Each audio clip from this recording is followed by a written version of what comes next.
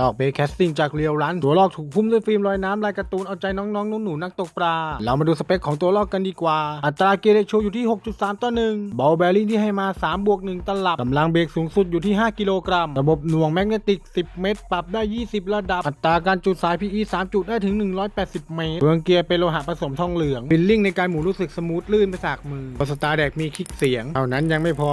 ลอกตัวนี้ยังมีคลิกเสียงปลาลากให้อีกด้วยทั้งหมดที่ว่ามันนี้อยู่ในงบไม่เกิน500 บาทมีให้เลือกทั้งหมุนซ้ายและหมุนขวาเหมาะจะเป็นลอกสำหรับน้องๆมือใหม่นักตกปลาและเจ้าลอกตัวนี้มีจำหน่ายแล้วในร้านค้าเอี่ยวฟิชชิ่ง